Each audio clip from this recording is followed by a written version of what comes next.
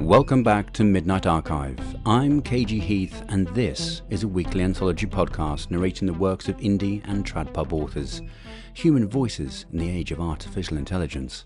Each week we offer up to you a sample of a writer's work, a few chapters from one of their books, or perhaps a short story. Our values here are simple: great stories, high quality narration, and no AI. And so it's time to discuss this week's offering, The Swanson Fly Project by Luke Geldmaker. Luke Geldmaker is an emerging voice in indie horror, known for blending atmospheric dread with visceral, survival-driven storytelling.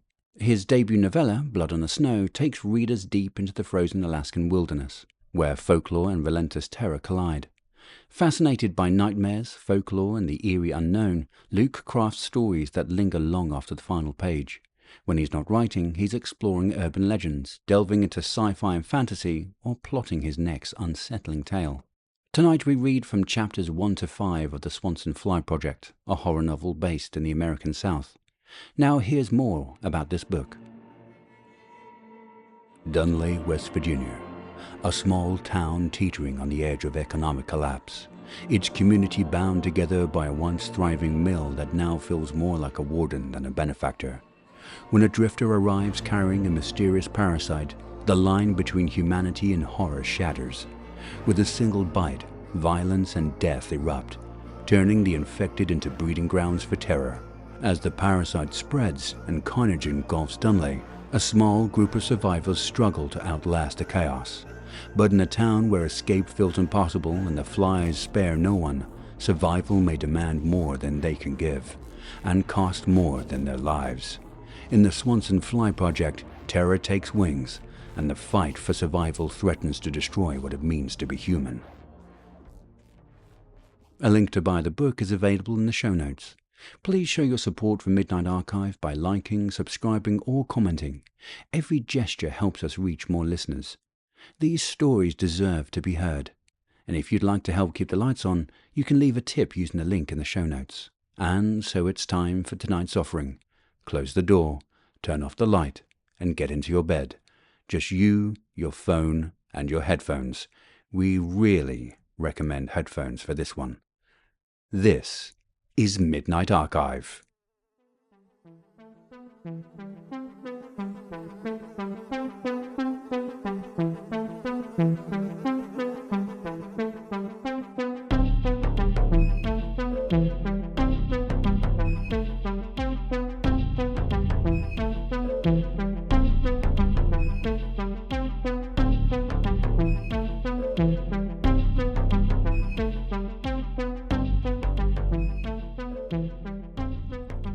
The Swanson Fly Project. Chapter 1. No Place to Go. In the darkness before dawn, the streets of Dunlay were quiet except for the hum of machinery and metal clanging from the steel plant. Arrowhead Steel, the prime employer in the region, stood against the horizon as the sun crested the Appalachian Mountains. Its brutalist architecture was more function than form, all harsh lines and cutting edges, every bit meant to serve a purpose. An electronic tone rang out, piercing the dawn and echoing through the valley in a shrill, discordant alarm. As the tone warbled and died, men and women poured from the double doors beneath the sign reading Team Member Entrance. They shuffled through the gravel parking lots, their feet leading them to their vehicles through years of treading the same path. Some of them went straight home, eager to crawl into their beds and rest for as long as possible before the next 12-hour shift came. Others made their way to the local watering hole, a run-down, seedy-looking building by the name of No Place. They would spend the first hours of dawn drinking away their paychecks and complaining about their workday, only to come home and wake up hungover to do the same thing tomorrow. The morning air was still, as if even the wind knew to keep its distance. Dunlay was not the thriving town it was at its founding. In its current state, it was much like the name of the bar. Dunlay wasn't any longer no place like home, but was closer to no place left to go. Those who didn't get away would likely never leave, drawn into the dying town like leaves caught in a riptide. At the edge of the woods, the man stood like a forgotten shadow. his listless gaze fixed on the dim glow of the town ahead. Cars rattled over pothole-ridden roads while people shuffled along cracked sidewalks. The man's jaw lolled, hanging loose like the rusted signs along the streets as he walked with stilted, jerky steps. He had been walking for a long time. How long, he couldn't remember. The only thing on his mind was to find people. He didn't know why. His reason for being here were lost in the feverish haze that clouded his mind. A groan rose from his gut, rising into his chest and coming out of his mouth with a flux of bile. Absently, he wiped the stinking yellow liquid from his mouth and moved toward no place. There were people there, and he was there to find people. He moved with a singular purpose, an odd hum emanating from him like one of those machines at the mill. Remnants of the man he once was flickered through his mind like slides from the black and white movies he used to enjoy. Sterile white rooms with lab equipment, cages filled with animals, their dark eyes pitiable, an insect landing on his arm. There was no rhyme or reason, just the last vestiges of memory. He smiled at the memories, bile and snot dribbling down his face. There was no joy in the gesture. It was simply muscle memory. Who the drifter had been was a mystery, even to him. As he entered the town proper, a dog awoke and stood. It was still just a pup, barely into adulthood and still growing into its legs. The dog shook itself off and began to bark, warning off the intruder from its territory. The drifter didn't notice. He was too focused on the obsession of his destination. Something wriggled from his ear. A fly, larger than a typical housefly, its long black body quivering as vicious mandibles gnashed. Its carapace was slick with blood, having chewed through the eardrum and forced its too large body through the small tunnel of the drifter's ear canal. The dog began to whine, unsettled and cowering now. Its wings now buzzing, the fly shook off the blood before taking flight toward the dog. The dog shied away, no longer concerned with the man and snapping at the oncoming insect. But the fly was too fast and agile, deftly avoiding the dog's jaws and nestling into the fur at the nape of its neck. The bite was swift, mandibles extending out to pierce the skin, a proboscis swiftly entering the fresh wound. There was no pain, only a slight burn followed by an increasing itch as the fly implanted hundreds of microscopic eggs into the dermis. Soon they would hatch and begin to feed. He moved on, ignoring the whining dog slinking back to its kennel. It shook the fly off and circled the ground before laying down, the muscles around its neck twitching. Its body knew something was wrong, even if the mind didn't feel it. There was a pang in the drifter's chest, a sense of guilt as images of animals in cages flitted through his mind. He'd seen something like that before. The fly, the bite, the eggs, and the eventual emergence of the adult flies. They were inside him. He could feel them crawling under his skin, feeding on all the tender flesh of his body as they grew. Revulsion filled him at the thought of hundreds of invaders feasting inside him, yet he was oddly grateful for the absence of pain. Instead, there was a sense of wrongness, of his body not moving the way it should, much like one of the malfunctioning machines in the nearby mill. As he approached No Place, he noticed two men standing outside, taking long drags off their cigarettes and laughing with each other. They regarded the stranger with suspicion, an unfamiliar face in a town where everyone knew each other. The taller of the three, with a patchy beard and a nasty smile on his face, stepped forward and blocked the drifter's path. "What you doing here, old-timer?" the man sneered. His friend laughed behind his back. "You wander in from the old folks' home?" His head jerked, neck twisting with an audible pop. It's inevitable." The mill worker's eyebrows drew together as confusion painted his face. "Do what? You oldie slost, old-timer?" "Must have been hitting his own hooch before coming." Another fly followed its predecessor's path, wriggling out of the drifter's ear. So, taken in by the stranger's words and mannerisms of the drifter, the three workers never noticed as it crawled from his ear and flew into the night. The huskier man waved his hand through the air, swatting at the buzzing fly. It veered off and landed on his friend's neck. The fly's mandible shot out, cutting open the flesh near the man's carotid artery and inserting its proboscis. He reached up to scratch at its neck, but the fly had already disappeared into the night to seek new ground. Still scowling, the man pushed the drifter's chest, saying, "I'm talking to you, old man." As his hand made contact, the flesh seemed to give away, almost as if it was no longer as dense as it should have been. The low hum surrounding the drifter, barely distinguishable from the forest's ambient noise, swelled into a furious buzz of an angry swarm. The man stepped back, wrinkling his nose in disgust at the putrid smell surrounding the drifter. "Dusty," said the heavier-set man, "leave the old coot be. He ain't hurt nothing." Dusty looked back at the other man and snapped, "Don't tell me my business, Sal." Sal huffed, took another drag of his cigarette, but said nothing. Dusty sneered and stepped aside. "Ain't worth my time anyway. Gotta get home. My bitch of a kid'll be waiting." The two men said their goodbyes as Dusty walked to his car, scratching at the wound on his neck even as a small trickle of blood trailed from it. The drifter, no longer impeded, opened the door to no place. He paused in the doorway, the bar's warmth hitting him like a wall. The buzz in his skull quieted momentarily, replaced by the low hum of voices. His lip twitched upward, and he stepped inside. "Black Swan could always happen," he muttered as he entered the bar. Chapter 2. One Coupling at a Time. Machines spun and whirred around Michael, their cacophony making it easy to lose himself in the rhythm. His hands moved on autopilot, the practice motions keeping his gloved hands a hair's breadth away from danger as he did his job. He'd been working at Arrowhead still for 10 years, the monotony becoming as ingrained in him as the beating of his heart. Michael had done the math one day, in between changing out tools and stacking couplings. Over the 10 years he'd been employed, Michael had worked on over 500,000 couplings for the company. He wasn't the only one. Over 200 people worked on his shift in the mill, and twice that on the day shift. Arrowhead didn't just employ the town, it owned it. If you weren't working at the mill, someone in your family was. Arrowhead was as inescapable as the gravity of a black hole. The only difference being, the black hole would kill you quicker.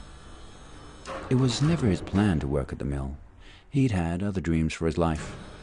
But dreams didn't pay bills, and life had a way of grinding you down, one coupling at a time. The bell tolled, echoing through the mill above and around the workers. Almost like zombies, everyone stopped what they were doing, gathered their things, moved to the exits. Michael grabbed his belongings, hoping to reach the time clock before the line grew too long. If he was lucky, he'd make it home and into bed before the sun rose too high, and he'd have to hang a blanket over his window to keep the light out. He was about to leave his station when he heard the snap of fingers and someone yelling his name. "Westport, hold up a minute." Michael's shoulders dropped, and he turned to face the operations manager, Glenn, scowling in his direction. The man sauntered over to him in a quick, bow-legged gait, like a sailor who had never quite gotten used to walking on land again. Michael could just walk away, pretend he never heard him. However, the finicky manager would likely get his ego bruised if a floorman like Michael ignored him. Glenn had a reputation for making people's lives a living hell if he had a mind to do so. "Yeah, boss man, what's up?" Michael said as he put on his coat. "You clocked in 3 minutes late today. That's the second time this week." "Yeah, sorry about that. Keeston's been sick and my babysitter just didn't have a ride of her own, so..." Glenn slashed his hand to the air, cutting off Michael before he could finish. "I'm not asking for excuses, Westport. I'm telling you to be on time or it's a write-up." Michael ground his teeth, biting back a curt remark. "I let my supervisor know what was up, and he said..." "I don't care what he said," Glenn interrupted again. "Company policy is clear. If you're late again, it's gonna be a write-up. And if you want to keep coming in late, further steps will be taken. Am I clear on that, Westport?" Michael could feel the blood throbbing in his temples, and he clenched and unclenched his fists in his pockets. Taking a deep breath and swallowing his pride, he said, "Crystal clear, boss man." Glenn eyed Michael up and down, not liking what he saw, judging by the look on his face. "You're on thin ice, Westport. Things are tough out there. It'd be a shame for you to end up on the street because you can't manage to get to work on time." Glenn was pushing him, hoping for an outburst, but Michael held his tongue. He'd had to swallow a lot of bullshit in his life up to this point. The little shit wasn't going to be the thing to put him over the edge. "It would, boss man. Now, if you'll excuse me, I gotta clock out. Don't want to clock out too late and get dinged for unapproved overtime." The man's face split into a wide, unfriendly smile, and he stepped aside. Michael turned and hurried past him, feeling Glenn's eyes on his back the entire way to the clock. His heartbeat thrummed in his ears as he mouthed the words he wished he had said. With each step, he tried to let the petty slights of the man wash off him until he swiped his badge and was released from another shift. As he walked into the chilly night air, Michael tried to let the heaviness of the mill slide off him. No more couplings, no more quality checks, no more Glenn, at least for the next few hours. The few minutes Glenn had held him back meant most of the parking lot was empty. The maintenance and janitorial crews would have an hour of uninterrupted time before the day shift came in. By the time he got in his beat-up car and rolled through the gravel parking lot and out the gates, the knot between his shoulder blades had loosened up enough that he wasn't in constant pain. He drove past no place without stopping. Before Keyston was born, he might have stopped in for a few drinks with the guys. He'd spent many hours laughing and carousing before. When Kendra got pregnant, the complications slowed him down, but they didn't keep him from the bar. Mounting medical bills kept him picking up extra shifts, and the need to blow off steam got him on the stool at no place. After the night she died, he'd given up drinking for good. Michael thought Kendra was a new start for him, but things didn't work out the way either of them had planned. In the end, he found himself a widower, a new father, and completely unprepared for any of it. Michael's chest tightened with old memories. He swallowed them down, wiping at the sudden moisture in his eyes. He'd sped by no place, almost hitting a man walking down the middle of the road from outside town, and did his best to keep his focus on driving. Hitting someone wouldn't make his day any easier, and he couldn't afford another repair on the old car. He pulled into the driveway of the two-bedroom rancher he rented and got out with a weary sigh. Opening the door, he saw his babysitter Gabby asleep on the couch with music playing on her phone. Michael took off his jacket and crouched down beside the couch, touching her gently on the shoulder. Gabby awoke with a start, scrambling backward as if she saw a snake. "Hey, it's okay, kiddo. It's just me." The teen girl, eyes still wide, blinked several times before settling back onto the couch and rubbing her eyes. "Jesus, Mr. Westport, you can't sneak up on a girl like that." Michael felt a small pull at his face. "Sorry, Gabby. How'd Key do tonight?" Gabby stretched her arms overhead, a cascade of dark hair falling over her shoulder.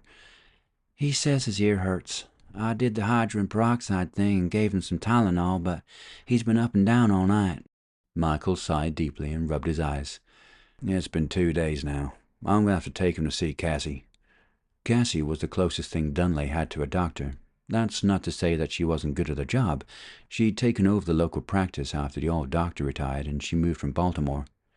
There'd been several Dr. Quinn medicine woman jokes, especially around the mill, but she had more than proved herself in the 9 years she had been practicing. Michael especially appreciated the fact that she did her best to help him and Key out under the table. The guilt of taking something for nothing settled in his chest like a weight.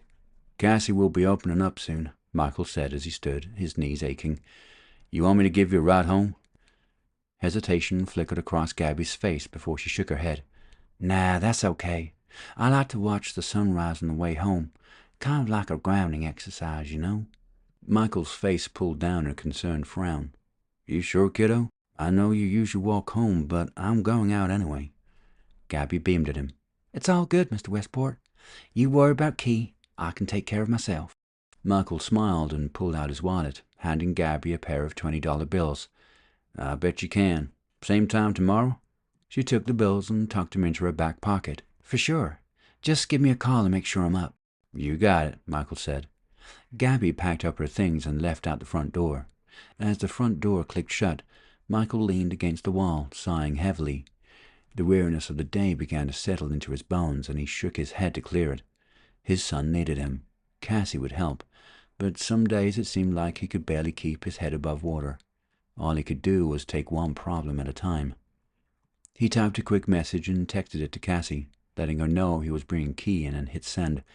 He put on his jacket and spun his keyring while walking back to Key's room. "All right, kiddo," he shouted to the back room. "Grab pickles and we'll go get you patched up." Chapter 3. Something in the Air. Sheriff Woods sat in his usual spot at the end of the bar at No Place, nursing a soda and watching the patrons with practiced ease. Woods hated No Place, but he ensured his presence was known like clockwork after every shift ended at the mill. It was part of his job, babysitting a bar full of bad decisions before they became worse. This morning felt different. There was a heaviness in the air that none of the other patrons seemed to feel. It made the hairs on his neck rise, waiting for something to happen that he couldn't quite put his finger on. When the old man stumbled through the door, Wood's eyes trained on him like an eagle spotting a mouse in the field. He was of average height and build, with the advanced years showing the wrinkles lining his face and the stark grey hair. The stranger's disheveled clothes had the look of a college professor, not a mill worker. The town wasn't all that large, and Woods knew all the usual troublemakers and their families by heart. This man wasn't one of them, but there was something about the man that made Woods' hackles rise. Woods downed a bottle of pop and wiped a sudden sheen of sweat from his arm and skin. He leaned back into the shadows, watching the man as he stumbled further into the bar, his steps halting and jerky. The stranger sat down at the opposite end of the bar, his face grey and drawn. His body almost seemed to deflate as he settled in, almost as if there was little more to him than bones under the clothing. As Woods studied him further, he noticed that the clothes seemed to be tailored rather than off the rack, but they hung off the man's frame loosely, with the sharp angles of his shoulders and elbows pressing against the fabric. Jimmy Gillis, the young bartender who always worked the morning shift, walked over to the new customer and leaned in to get his order over the bustle of conversation throughout the bar. He jumped back like he'd been stung, his face screwing up with disgust. Jimmy shouted again, his words lost among the other noise in the bar, but Woods could see him talking. Then he waved his hand in front of the unresponsive stranger's face, even snapping his fingers to try and get his attention. The stranger sat unresponsive, like he'd died and someone propped him up on the stool. Jimmy turned to Woods and made eye contact while making a slashing motion across the front of his neck. Woods got the message that the stranger was cut off and Jimmy wanted Woods to get him out of the bar. The sheriff nodded and stood, adjusting his duty belt and strolling to the other side of the bar. The smell hit Woods like a bat to the face. A putrid, rotten stench rolled off the stranger in waves that even the drunkest patron at the bar could detect and have enough sense to move away from. Then he heard it, a strange, low humming.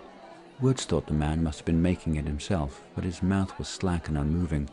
It sounded like insects were already circling him, just waiting for permission to move in for their fill. This guy had every appearance of a corpse that hadn't caught up to the fact it was dead. Woods cleared his throat, speaking in a deep baritone. "Sir, I don't think you need anything else to drink tonight. Why don't you tell me where you live and let me give you a ride home?"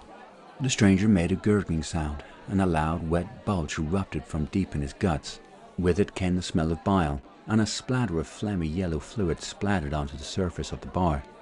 Woods felt his stomach roil as a fresh wave of putrescence washed out of the stranger's mouth. The man began to giggle, a guttural and sickly sound that was cut off by a sudden bout of racking coughs. "Okay," Woods said, putting a hand on the man's painfully bony shoulder.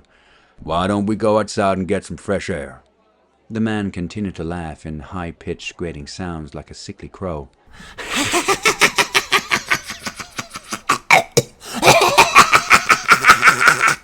"There's no getting away from it now, boy!"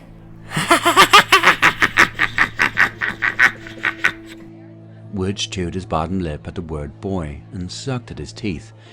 Keeping his voice steady despite his growing irritation, he said, "Come on, sir. You don't look well. Let me take you somewhere warm and have someone take a look at you." Without warning, the man swung his head around, teeth gnashing as he tried to bite the sheriff's hands. Woods drew back with a start and backhanded the stranger on instinct. The clammy, cold feel of the man's flesh made Woods' skin crawl. The stranger tumbled to the ground in a heap. He hadn't even put his arm out to break the fall. Instead, he fell straight down, cracking his face on the hardwood floor. The patrons of the bar let out a raucous cheer as blood pooled around the head of the stranger. The man continued to cackle on the floor like a madman, either ignorant or apathetic of the blood. Woods gritted his teeth and grabbed the stranger by the back of his jacket, pulled him to his feet and pushed him against the bar. Woods noticed how light the man's body felt, lifting him as if he weighed no more than a child. "Okay, buddy. I tried to do this a nice way. Put your hands behind your back." The stranger continued laughing, now a wet, raspy sound, as the crowd of patrons jeered around the room. Woods grunted, grabbed the man's forearm, and pulled it behind his back. As he grabbed the flesh of the stranger's forearm and pulled it back, Woods felt the muscle deflate and slide beneath his grip. Already in motion, he didn't realize the slick sensation in his grip was a man's skin slewing off, peeling from bone with a wet squelch like overcooked meat. He pulled his hands away, gaping at the strings of viscous, pulped meat hanging from his fingers. Jesus, fuck! He exclaimed breathlessly, feeling the greasy slickness coating his hands. Woods was still staring at the bloody mess in his hands as people started screaming. He looked up, eyes wide, staring at the patrons of No Place scrambling away from the pair, pointing down at the floor. When he looked closer, past the sickening slurry of meat, he saw them. Thousands of larvae squirmed in the gore, their wet, writhing bodies stirring the chaos. From the man's arm, a dozen larger insects flitted their wings with a staccato buzz, spraying blood across Wood's face before launching themselves toward the screaming patrons in a chaotic frenzy.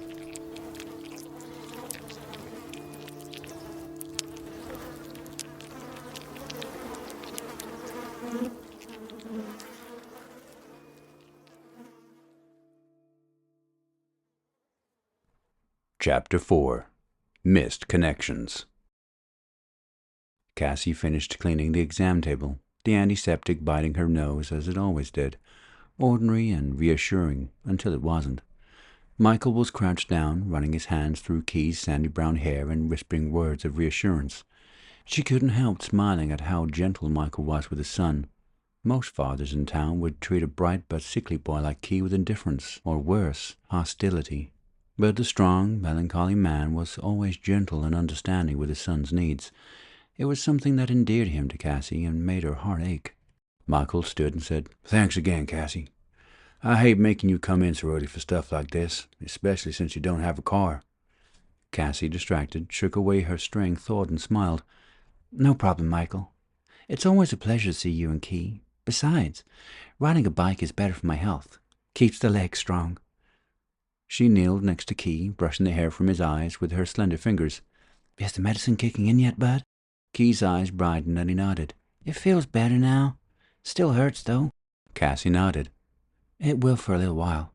Just let your dad put those drops in and get plenty of rest, okay?" "What did you call it again? Otis external?" She smiled. "Close. Otitis externa. It's just fancy medical talk that means you got some funky water in your ear that made it sick. Should go away in a few days." Key pursed his lips and frowned, seeming to try and find the right words. "What if it gets worse?" "Well, if that happens, you'll just have to bully your dad into coming back here to see me. You know I always take care of you." Cassie held out her hand, palm up. Key smiled and slapped her hand, his face beaming. Standing, she looked at Michael. "Make sure you get those drops in according to the instructions. It's only a little bit to hold you over, but it should do the trick. If it doesn't get any better in the next few days, let me know, and I'll call in for a heavier antibiotic. And keep giving him acetaminophen. It's best to stay ahead of the pain. Once it starts back up, it'll be hard to get it under control again." Michael nodded, listening intently to every word she said before speaking. "Thanks, Cassie. You do so much for me and Key. I don't know how I can repay you." "You can buy me dinner sometime." The words tumbled from her mouth before her brain could stop them, and her stomach lurched like she'd jumped from a plane with no parachute. Fortunately, Key interrupted the moment by chiming in. "There's nowhere good to eat here. Everything tastes frozen or burnt," he said, not taking his eyes off the book in his hands. "Dad took me to that pasta place for my birthday, but I found a long hair in my food. The cook was bald. How does that even happen?" Michael laughed nervously. "It's true. Bald as an egg. Decent pizza, though." Cassie could tell he was trying to change the subject, to move past her comment and pretend not to notice it. Part of her was grateful, embarrassed at how forward it felt, but another part, a much louder part, screamed at her to just tell him how she felt and let whatever happens may. She stuffed that screaming little voice deep down and zipped it up. Michael's focus was his son. It always would be. It wouldn't be fair to make things awkward for him by trying to get a date. Then Key made things worse. "Dad, you can make her dinner at our house." Key turned to her, his eyes bright and excited. "Dad makes this stuff called $1 million pasta, and it's awesome. I don't think it's really $1 million, 'cause we couldn't afford it, but it tastes great." Cassie's stomach dropped again. She swore she could see a blush rising on Michael's cheeks. He even kicked to the floor like a teenager working up the nerve to ask a girl out to the school dance. She was about to answer when her cell phone began to chime urgently. She pulled it out and saw Sheriff Wood's name and number emblazoned across the screen. She held up a finger and swiped to answer the call, turning her back to Michael and Key before speaking. "Morning, Sheriff. What can I—" The hurried, desperate voice on the other end made her stomach go from loopy to clenched. "Cassie, You need to come down to no place right now. In the background, she heard people screaming. Whether they were crying out in fear, pain, or both, she couldn't tell, but she knew it wasn't good. "I'll grab my trauma bag and leave now." The call was suddenly cut off, but the screaming and shouts in the background lingered, clawing at her nerves. Whatever was happening at No Place, it wasn't good. She grabbed her bag and turned to Michael. "Hey, you want to pay me back? Give me a ride to No Place. Woods needs me right now." Without hesitation, Michael grabbed the keys from his belt and spun them into his hand. "Let's go." Chapter 5. Barflies. Woods had been working in law enforcement for over 20 years. In that time, he'd seen bar fights, overdoses, car accidents, and even the occasional stabbing in the town of Dunlay. Even if he'd worked homicide in New York City, nothing could have prepared him for the nightmare unfolding in No Place. Chairs scraped across the floor as patients scrambled away from the stranger at Woods' feet, their screams blending with the wet buzz of the insect's wings. Woods felt his pulse thundering in his ears as his mind raced to process what had just happened. The warm clump of flesh still clung to his hands as the stranger cackled on the floor. Suddenly he arched his back into the air, bones audibly cracking like percussive notes accompanying the patron's screams. His body began to convulse violently, hands and feet slapping the floor as his head beat a rapid staccato against the floor. Wood's jaw dropped as the man's eyes seemingly began to dissolve, popping and melting down the sides of his face in scarlet trails. From within the now empty sockets, more flying insects pushed through the bloody mucus, their bodies pulsing through the holes.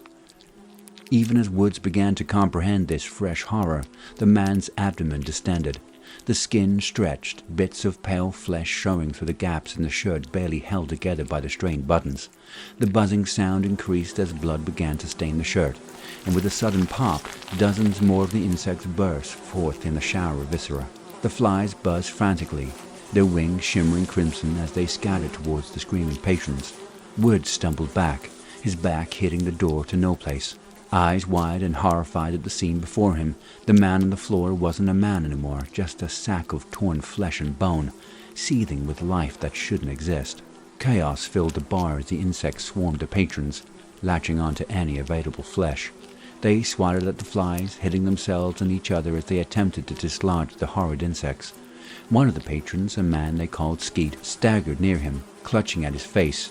Dozens of flies clung to Skeet, their bites leaving behind clusters of tiny black specks embedded in raw, bleeding holes. "God damn it," he muttered, his mind racing. "It's spreading." One of the flies buzzed towards his face and Wood slapped it out of the air. The impact his hand made with the carapace stung, and the fly hit the floor at his feet with a splat. The attack brought him back to the urgency of what was happening. He needed to protect himself first. He couldn't help anyone else if he were too busy worrying about being bitten. "Just like when a plane crashes," he thought as he pulled the vinyl protective cloth off a vinyl table. "Put your own mask on before assisting anyone else." Woods wrapped the vinyl around his face like a shaman, leaving only his eyes exposed and pulling on his leather gloves. The skin around his wrists was still exposed, and if any of the flies got into the folds of cloth, he'd be up Schitt's Creek. But it was the best he could manage at the moment. Then he scanned the room and spotted Jimmy Gillis crouched behind the bar. He leaped over the bar and crouched down next to Jimmy, pushing one of the bar cloths over his face. "Cover up any exposed skin. I don't know what the fuck these things are, but you don't want them biting you." The younger man nodded his head vigorously and tied the rag around his face while Woods kept talking. "I need you to get that shotgun you think I don't know about from under the bar and get to the exit in the kitchen." Jimmy's eyes widened momentarily, but he kept nodding. "We gonna get everyone out of here, Sheriff?" "No," Woods said, his eyes hard. "I need you to guard that exit. If anyone tries to leave, you do whatever it takes to keep them inside." "Keep people inside?" Jimmy asked as patrons continued to scream. Woods ground his teeth and grabbed Jimmy by the back of the neck. "Do you see that shit out there?" he spat, forcing Jimmy to look at the crowd of confused and panicked patrons. "Whatever that guy had wrong with him probably came from those bugs. I don't know if they got some kind of venom or are laying eggs or something else, but whatever they're doing, we can't let it get into the rest of the town. Go and guard that door, and if anyone tries to leave, fill him with buckshot. You understand me?" Jimmy nodded furiously. "I got it, Sheriff. I won't let you down." "Go!" Woods yelled. Jimmy took off toward the kitchen. Woods scanned the room, then moved to the bar's front door. Maybe a minute had passed since the man's body had popped and unleashed the swarm in no place. In their panic, the patrons were more focused on swatting at the dozens of flies in the air than fleeing, but it wouldn't be long before they tried to escape.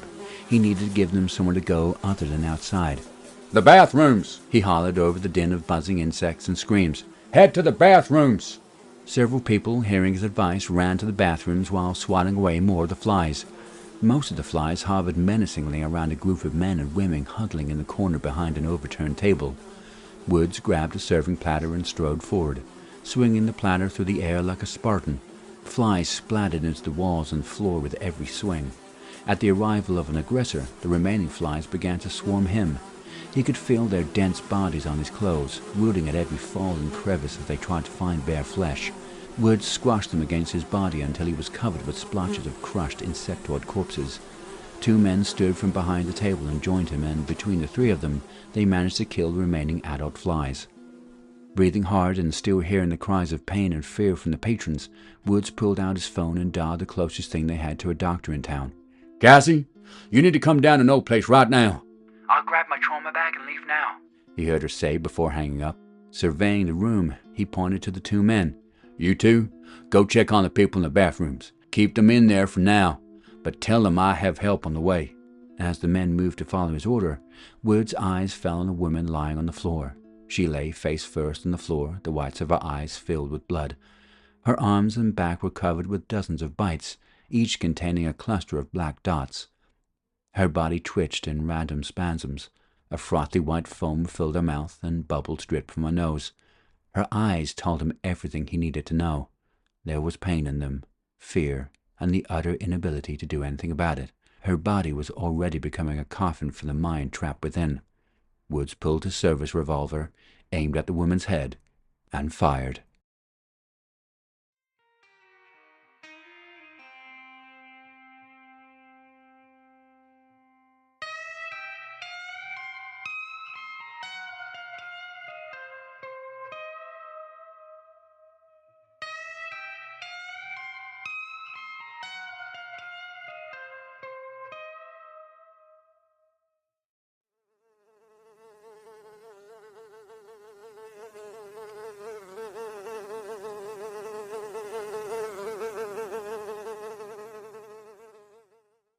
Thank you for listening to Midnight Archive. We will be back next week with another offering from a writer of fantasy, horror, science fiction, or romantasy.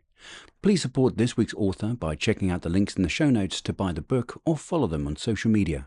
If you would like your story or book to feature in an episode, check out the submission link in the show notes. As an emerging podcast, our resources are limited.